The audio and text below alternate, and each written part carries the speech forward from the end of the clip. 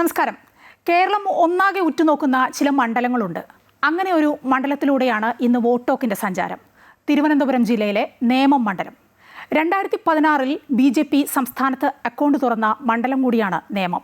പക്ഷേ 2021 അക്കൗണ്ട് പൂട്ടിക്കാനുമായി CPM-ന്. 2021 പൂട്ടിയ അക്കൗണ്ട് തുറക്കാൻ BJPക്ക് ഇത്തവണ കഴിയുമോ, അതോ CPM പറയുന്നത് പോലെ ഇരട്ടത്താഴിട്ട് പൂട്ടുമോ? പരിശോധിക്കാം.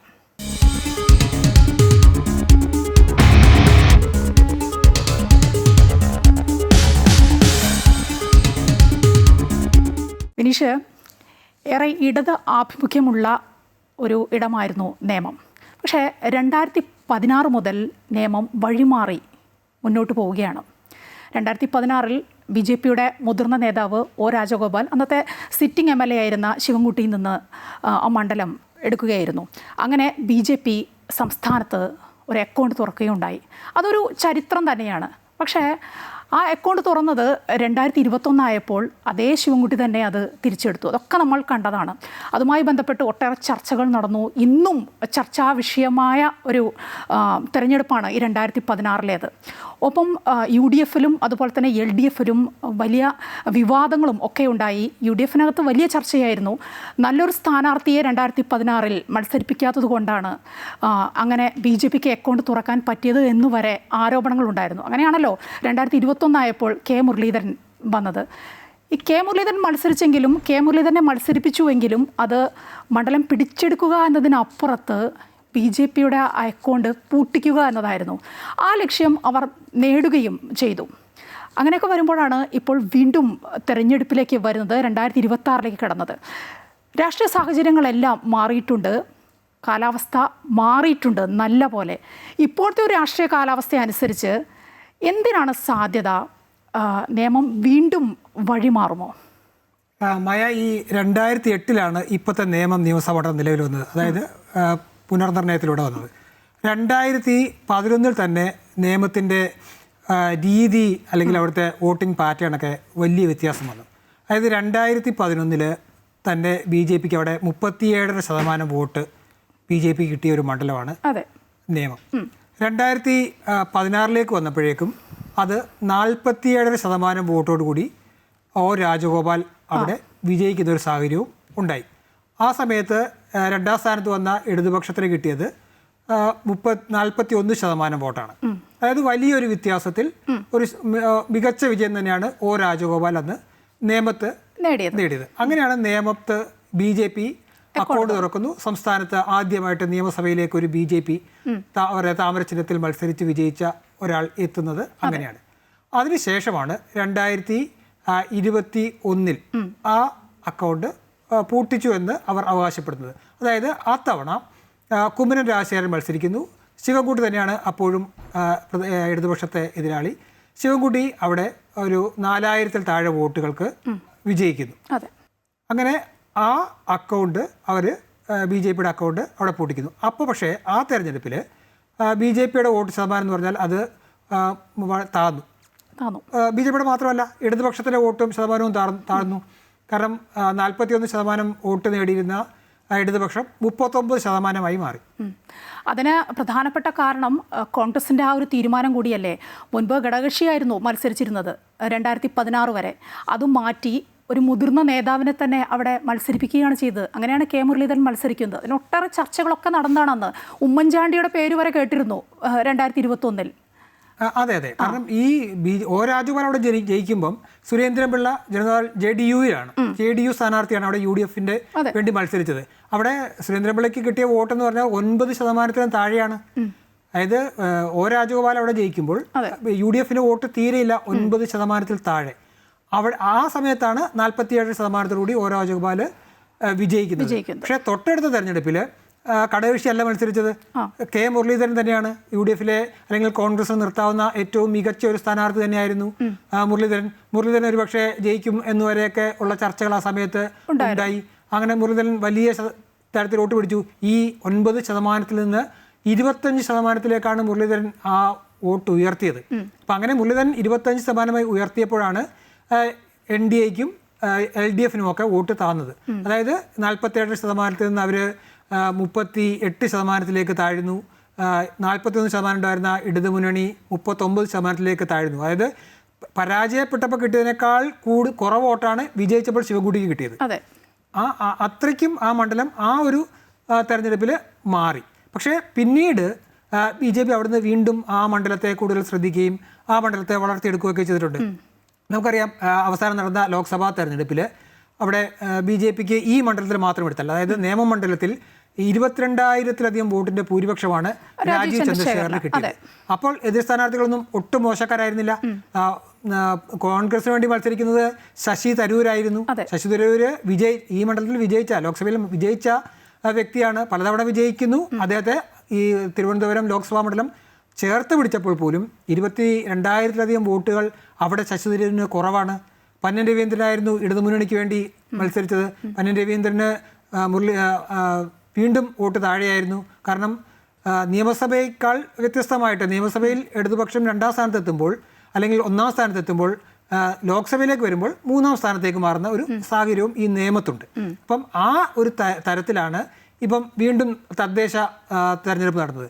തദ്ദേശ തെരഞ്ഞെടുപ്പിൽ അവിടെ നമുക്കറിയാം നിയമം എന്ന് പറയുന്ന നിയമസഭാ മണ്ഡലത്തിലെ ഉൾപ്പെടുന്നത് കോർപ്പറേഷനിലെ 23 വാർഡുകളാണ്, ഡിവിഷനുകളാണ്. അപ്പം അത് മാത്രമേ ഉള്ളൂ, വേറെ ഒന്നുമില്ല. കാരണം പൂർണ്ണമായും തിരുവനന്തപുരം കോർപ്പറേഷൻ്റെ ഭാഗമാണ് ഈ നിയമം മണ്ഡലം എന്ന് പറയുന്നത്. അവിടെ 23 സീറ്റുകളിൽ ബഹുഭൂരിപക്ഷം സീറ്റുകൾ നേടിയത് BJP ആണ്. കാരണം വലിയ വിജയമാണ് അവിടെ BJP കൊണ്ടുവന്നത്. അപ്പം ആ ഒരു സാഹചര്യത്തിൽ ഏതാണ്ട് പൂർണ്ണമായും ലോക്സഭാ തെരഞ്ഞെടുപ്പിലും അതിന് ശേഷം വന്ന തദ്ദേശ നിയമസഭാ തെരഞ്ഞെടുപ്പിലും എല്ലാം ഒരു വലിയ മികവ് പുലർത്തിയ BJP ആണ് അവിടെ മത്സരിക്കുന്നത്. മാത്രമല്ല രാജീവ് ചന്ദ്രശേഖർ BJPക്ക് കേരളത്തിൽ പ്രസന്റ് ചെയ്യാൻ കഴിയുന്ന ഒരു വലിയ നേതാവിനെ തന്നെയാണ്. BJPയുടെ സംസ്ഥാന അധ്യക്ഷനാണ്, മുൻ കേന്ദ്ര മന്ത്രിയാണ്. മാത്രമല്ല രാഷ്ട്രീയത്തിലേക്ക് വരുന്നതിന് മുമ്പൊക്കെ തന്നെ കേരളത്തിൽ തന്നെ ഒരു മൊബൈൽ വിപ്ലവത്തിനൊക്കെ വഴിവെച്ച ഒരു വലിയ ആ രീതിയിലും രാജീവ് ചന്ദ്രശേഖർ ഒരു വലിയ സാന്നിധ്യം തന്നെയാണ്. ആ ഒരു സാന്നിധ്യം തീർച്ചയായിട്ടും നിയമത്തെ പ്രയോജനപ്പെടുമെന്ന് രാജീവ് ചന്ദ്രശേഖർ നേരത്തെ തന്നെ പ്രഖ്യാപിക്കുകയും ചെയ്തല്ലോ, താൻ മത്സരിക്കും, തൻ്റെ മണ്ഡലം നിയമമായിരിക്കും എന്നൊക്കെ അദ്ദേഹം പറയുകയും ചെയ്തു.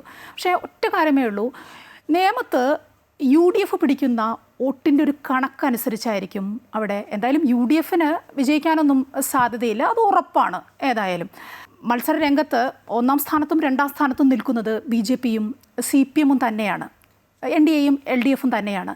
അവിടെ UDF പിടിക്കുന്ന വോട്ട് അതൊരു പ്രധാന കണക്കാണത്. അല്ല, തീർച്ചയായിട്ടും UDFിൻ്റെ വോട്ടിംഗ് ശതമാനം എത്ര വോട്ടായാലും അത് ഈ ഫലത്തെ സ്വാധീനിക്കുന്നുള്ള സംശയമില്ല. അതുതന്നെ നമ്മൾ നേരത്തെ പറഞ്ഞ പോലെ അവിടെ JDU 9% താഴെ വോട്ട് പിടിച്ചപ്പോൾ BJP വലിയ ഭൂരിപക്ഷത്തോടെ 47.5% വോട്ടോടുകൂടി അവിടെ ആ മണ്ഡലം സ്വന്തമാക്കുന്നു. അതിനുശേഷം മുരളീധരൻ വരുമ്പോൾ ആ 9% 25%-ആയി ഉയർന്നു. അപ്പം 25%-ആയി ഉയർന്നപ്പം BJPക്ക് ഏതാണ്ട് 9%-ഓളം വോട്ട് നഷ്ടം വരുന്നുണ്ട്. ഇടതുമുന്നണിക്ക് ഏതാണ്ട് ഒരു 3%-അടുത്ത് വോട്ട് നഷ്ടം വരുന്നുണ്ട്. അപ്പം അതാണ് കുമ്മനം രാജശേഖരനെ അവിടെ ഒരു പക്ഷേ വിജയിക്കാൻ പറ്റാതെ പോയത്. കാരണം 4000-ൽ താഴെ വോട്ടുകൾക്കാണ് അവിടെ തോറ്റത്. അപ്പം അങ്ങനെ ഒരു സാഹചര്യം ഏത് സാഹചര്യത്തിലും ഉണ്ടാവാം. പക്ഷേ അത് ഈ പറയുന്ന UDF, അതായത് കോൺഗ്രസ് സ്ഥാനാർത്ഥി എത്ര വോട്ട് പിടിക്കും അല്ലെ എത്ര ശതമാനം വോട്ട് പിടിക്കും എന്നുള്ളതൊക്കെ നിയമത്തെ സംബന്ധിച്ചിടത്തോളം വളരെ നിർണായകമാണ്. അതിൽ ഇപ്പം നമുക്കറിയാം, കാരണം നേരത്തെ മുരളീധരനെ അത്രയും ഒരു സ്വാധീനം ഒരുപക്ഷെ ശബരിനാഥന് ലഭിക്കണമെന്നില്ല. ശബരിനാഥൻ കോൺഗ്രസിനെ സംബന്ധിച്ചിടത്തോളം വലിയൊരു മികച്ച നേതാവ് തന്നെയാണ്. അവർക്ക് അവതരിപ്പിക്കാൻ പറ്റുന്ന ഒരു നല്ല യുവ നേതാവാണ്. കാർത്തികേയൻ്റെ മകനാണ്. അങ്ങനെ ഒരു രാഷ്ട്രീയ പാരമ്പര്യമുണ്ട്. പിന്നെ മാത്രമല്ല നഗരസഭയിൽ തിരുവനന്തപുരം കോർപ്പറേഷനിൽ കോൺഗ്രസ് വളരെ വലിയ തകർച്ചയിലേക്ക് പോയിക്കൊണ്ടിരിക്കുന്ന സമയത്താണ് ശബരിനാഥൻ്റെ നേതൃത്വത്തിൽ ഒരു ചെറിയ തരത്തിലെങ്കിലും കോൺഗ്രസിന് ഒരു മുന്നേറ്റം ഉണ്ടാക്കാനൊക്കെ കഴിയുകയും ചെയ്തിട്ടുണ്ട്. അപ്പം ആ ഒരു സാഹചര്യത്തിലാണ് ശബരിനാഥ് അവിടെ നിൽക്കുന്നത്. പക്ഷേ ഈ നേരത്തെ മായ സൂചിപ്പിച്ചതുപോലെ ശബരിനാഥ് അവിടെ വിജയിക്കും എന്ന് കരുതുന്നവർ തീരെ കുറവില്ല എന്ന് നമുക്ക് പറയേണ്ടി വരും. കാരണം അതാണ് അവിടുത്തെ ഒരു രാഷ്ട്രീയ സാഹചര്യം. അങ്ങനെ ഒരു സാഹചര്യം നിലനിൽക്കുമ്പോൾ ഈ പഴയ പോലെ തന്നെ ഒരു വോട്ടിംഗ് ഉണ്ടായാൽ അത് BJPക്ക് വലിയൊരു നേട്ടമാകും. മാത്രമല്ല രാജീവ് ചന്ദ്രശേഖർ നേരത്തെ മായ സൂചിപ്പിച്ചതുപോലെ വളരെ നേരത്തെ തന്നെ അദ്ദേഹം പ്രഖ്യാപിച്ചു. കാരണം അദ്ദേഹം ലോക്സഭയിലൂടെ മത്സരിക്കുമ്പോൾ അദ്ദേഹത്തിന് ഏറ്റവും സുരക്ഷിതമായ ഇടമായിരുന്നു നിയമം. കാരണം അദ്ദേഹത്തിന് 22,000-ലധികം പരാജയപ്പെട്ട ഒരു സ്ഥാനാർത്ഥിയാണ്. പക്ഷേ ഒറ്റ കാര്യമുണ്ട് വിനീഷ്, അവിടെ ലോക്സഭയുടെ കണക്കെടുത്ത് നോക്കുമ്പോൾ നേമം രാജീവിനെ തുണച്ചിട്ടുണ്ട്. 22,000-ലധികം വോട്ടിൻ്റെ ഭൂരിപക്ഷം നേമം മണ്ഡലത്തിൽ നിന്ന് രാജീവിന് ലഭിച്ചിട്ടുണ്ട്. പക്ഷേ നേമത്തെ രാജീവിൻ്റെ എതിർ സ്ഥാനാർത്ഥിയല്ല. നിയമസഭാ തെരഞ്ഞെടുപ്പ് വരുമ്പോൾ അവിടുത്തെ മുൻപ് MLA ആയിരുന്ന, ഇപ്പോഴും പല തവണ MLA ആയിരുന്ന 2016 മാത്രമാണ് ശിവൻകുട്ടിക്ക് മാറി നിൽക്കേണ്ടി വന്നത്. ഈ ശിവൻകുട്ടിക്ക് നിയമവുമായി നല്ല സ്വാധീനമുണ്ട്. ജനകീയനാണ് നേമത്ത് ശിവൻകുട്ടി. അല്ല, ശിവൻകുട്ടിയുടെ ഒരു സ്ഥിരം മണ്ഡലമാണ് നിയമം. അതായത് ശിവൻകുട്ടി പലതവണ മത്സരിക്കുകയും വിജയിക്കുകയും ഒക്കെ ചെയ്ത ഒരു മണ്ഡലമാണ് നിയമം. പക്ഷേ അവിടെ ഈ ശിവൻകുട്ടിയുടെ വോട്ടിനൊരു പ്രത്യേകത, നമ്മൾ ആ വോട്ടിംഗ് ശതമാനം എടുത്ത് നോക്കാം. അത് 39-നും 42-നും ഇടയ്ക്കാണ് ശിവൻകുട്ടിയുടെ ശതമാനം വോട്ടുകളാണ് ശിവൻകുട്ടിക്ക് സ്ഥിരമായി കിട്ടിക്കൊണ്ടിരിക്കുന്നത്. അതിൽ വലിയ മാറ്റം ഉണ്ടാവാറില്ല. അതിൽ വലിയ തരത്തിൽ അതിന് മുന്നോട്ടും പോകാറില്ല, വോട്ട് താഴോട്ടും പോകാറില്ല. അപ്പോൾ ശിവൻകുട്ടിക്ക്, അല്ലെങ്കിൽ ആ ശിവൻകുട്ടി മത്സരിക്കുമ്പോൾ ഇടതുപക്ഷത്തിന്, ഇടതുമുന്നണിക്ക് CPM-നോടെ കിട്ടാവുന്ന വോട്ടെന്ന് പറഞ്ഞാൽ 39%-നും 42%-നും ഇടയ്ക്കാണ്. അവിടെ ഒരു മാറ്റം കഴിഞ്ഞാൽ, അതായത് പുതിയ നിയമം മണ്ഡലം വന്നതിന് ശേഷം ഒരിക്കലും അവിടെ ആ വോട്ടിംഗ് വ്യത്യാസം കാര്യമായിട്ട് വന്നിട്ടില്ല. ഈ ഒരു 3% എന്ന് പറയുന്നത് അവിടെ കുറച്ച് ന്യൂനപക്ഷ വോട്ടുകളൊക്കെ ഉണ്ട്. അപ്പോൾ അത് ആരാണ് BJP-ക്കെതിരെ മത്സരിക്കുന്നത്, ജയിക്കാൻ സാധ്യത എന്ന് തോന്നിയാൽ അങ്ങോട്ടേക്ക് പോകും. വളരെ കുറവാണ് ആ വോട്ട്. അപ്പോൾ അതൊക്കെ ഒരു ചെറിയ സ്വാധീനം വരും. അത് ചിലപ്പോൾ ഇടതുമുന്നണിക്ക് കിട്ടുമ്പോൾ കുറച്ചൊന്ന് 42%-ലേക്ക് എത്തും. അത് പോയാൽ ചിലപ്പോൾ 39%-ലേക്ക് താഴാം. അങ്ങനെ അവിടെ ആ ഒരു വേരിയേഷൻ അപ്പുറത്ത് ഒരിക്കലും പോകുന്നില്ല. അപ്പം അതുകൊണ്ട് തന്നെ നമ്മൾ നേരത്തെ പറഞ്ഞ പോലെ അവിടെ കോൺഗ്രസിൻ്റെ വോട്ട്, അതായത് കോൺഗ്രസ് എത്ര വോട്ട് പിടിക്കുന്നുള്ളത് അവിടെ നിർണായകമാകും. ശബരിനാഥൻ പിടിക്കുന്ന വോട്ടായിരിക്കും ഈ BJP-യുമായിട്ട് വരുന്നത്. കാരണം മറ്റൊന്ന് ഈ ജനസ്വാധീനം തന്നെയാണ്. വിനീഷിൻ്റെ ഒരു വിലയിരുത്തൽ എങ്ങനെയാണ്? നേമം മണ്ഡലത്തിൽ രാജീവ് ചന്ദ്രശേഖരനാണോ അതോ V ശിവൻകുട്ടിക്കാണോ ജനസ്വാധീനമുള്ളത്? അല്ല, ഈ ജനസ്വാധീനം എന്നൊക്കെ പറയുന്നത് രണ്ട് തരത്തിലാണ്. കാരണം വലിയ ജനകീയനായി വർഷങ്ങളായി മണ്ഡലത്തിലുണ്ടായിരുന്നത് ആര് എന്ന് ചോദിച്ചു കഴിഞ്ഞാൽ യാതൊരു സംശയവുമില്ല, V ശിവൻകുട്ടി തന്നെയാണ്. അദ്ദേഹം മന്ത്രിയായിരിക്കുമ്പോഴും അല്ലാത്തപ്പോഴും ഒക്കെ ആ മണ്ഡലത്തിലെ ആളാണ്. ആ മണ്ഡലത്തിൽ സജീവ പ്രവർത്തകനാണ്.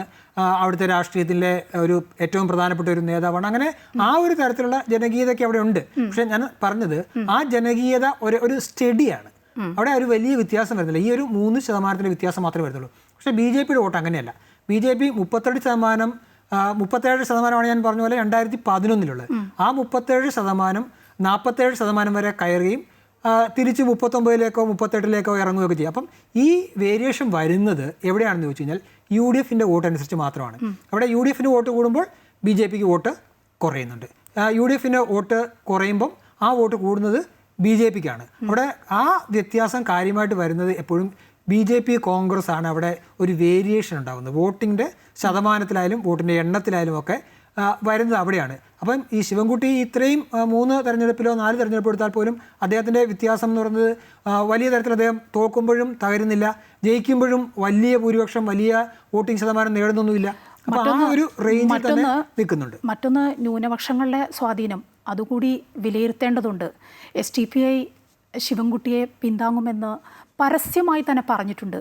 അവരെടുത്തു പറയുകയും ചെയ്തു, നേമത്ത് അക്കൗണ്ട് തുറപ്പിക്കാൻ സമ്മതിക്കില്ല BJP-യെ. ഒരിക്കലും അങ്ങനെ പറ്റി, അത് ഇനിയും ആവർത്തിക്കില്ല. അതിനു വേണ്ടിയാണ്. മറ്റുള്ളിടത്തൊന്നും ഇടതുപക്ഷത്തിനൊപ്പം നിൽക്കുമോ ആ കാര്യത്തിലൊന്നും വ്യക്തത പറഞ്ഞിട്ടില്ല. പക്ഷേ എന്നിരുന്നാലും നേമത്ത് കാര്യം എടുത്തു പറഞ്ഞിട്ടുണ്ട് SDPI. അത് ഗുണം ചെയ്യുക ശിവൻകുട്ടിക്കല്ലേ? ഉറപ്പായിട്ടും മയ. അവിടെ ന്യൂനപക്ഷ വോട്ട് SDPയുടെ മാത്രമല്ല, ന്യൂനപക്ഷ വോട്ട് തീർച്ചയായിട്ടും പൂർണ്ണമായി ഇത്തവണ ശിവൻകുട്ടിക്ക് തന്നെ കിട്ടും. അതുകൊണ്ട് ഞാൻ നേരത്തെ പറഞ്ഞ ആ 39%-ലേക്ക് വിജയിച്ചപ്പോൾ താഴ്ന്ന അവസ്ഥയിൽ നിന്ന് ഈ 42% വരെയിലേക്ക് ശിവൻകുട്ടിയുടെ വോട്ട് കയറുമെന്ന കാര്യത്തിൽ ഒരു സംശയമില്ല. ഈ SDPയുടെ മുഴുവൻ വോട്ട് കിട്ടും. മുസ്ലിം ന്യൂനപക്ഷ വോട്ട് പൂർണ്ണമായും ഇത്തവണ ശിവൻകുട്ടിക്കാണ് കിട്ടുക.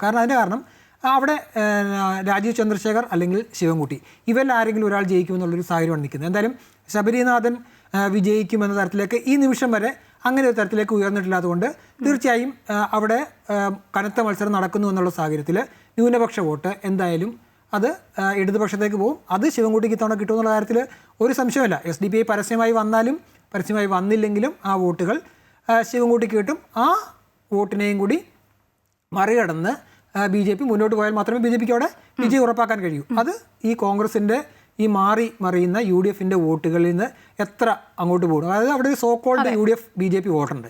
അതായത് വലിയ മികച്ച നേതാവ് നിൽക്കുമ്പോൾ കോൺഗ്രസിനെയും ഇപ്പുറത്ത് മികച്ച നേതാവ് വരുമ്പോൾ, കാരണം രാജഗോപാലിനെ ഒരു നേതാവ് വന്നപ്പോൾ അടപടലം അങ്ങോട്ടേക്ക് പോയി. കാരണം 47%-ലേക്കാണ് എത്തുക എന്ന് പറഞ്ഞാൽ വലിയൊരു ഭൂരിപക്ഷമാണ്. കാരണം എതിർ സ്ഥാനാർത്ഥി എത്ര പിടിച്ചാലും കാര്യമില്ലാത്തൊരു സാഹചര്യത്തിലേക്കാണ്, അത്രയും സുരക്ഷിതമായ ഒരു വിജയത്തിലേക്ക് എത്തും. അപ്പോൾ ആ ഒരു വോട്ടിംഗ് പാറ്റേൺ എന്തായാലും നേമത്ത് ഈ നിയമമണ്ഡലം ഉണ്ടായ അന്ന് മുതൽ അതേ തരത്തിലാണ് നിലനിൽക്കുന്നത്. അത് ആണ് BJPയുടെ വലിയ പ്രതീക്ഷ. തീർച്ചയായും 3 മുന്നണികളുടെയും സ്ഥാനാർത്ഥികൾക്ക് മണ്ഡലത്തിൽ ലഭിക്കുന്ന സ്വീകാര്യതയുടെയും UDF നേടുന്ന വോട്ടിനെയും അടിസ്ഥാനമാക്കിയായിരിക്കും നേമത്തെ വിജയം എന്ന കാര്യം ഉറപ്പാണ്.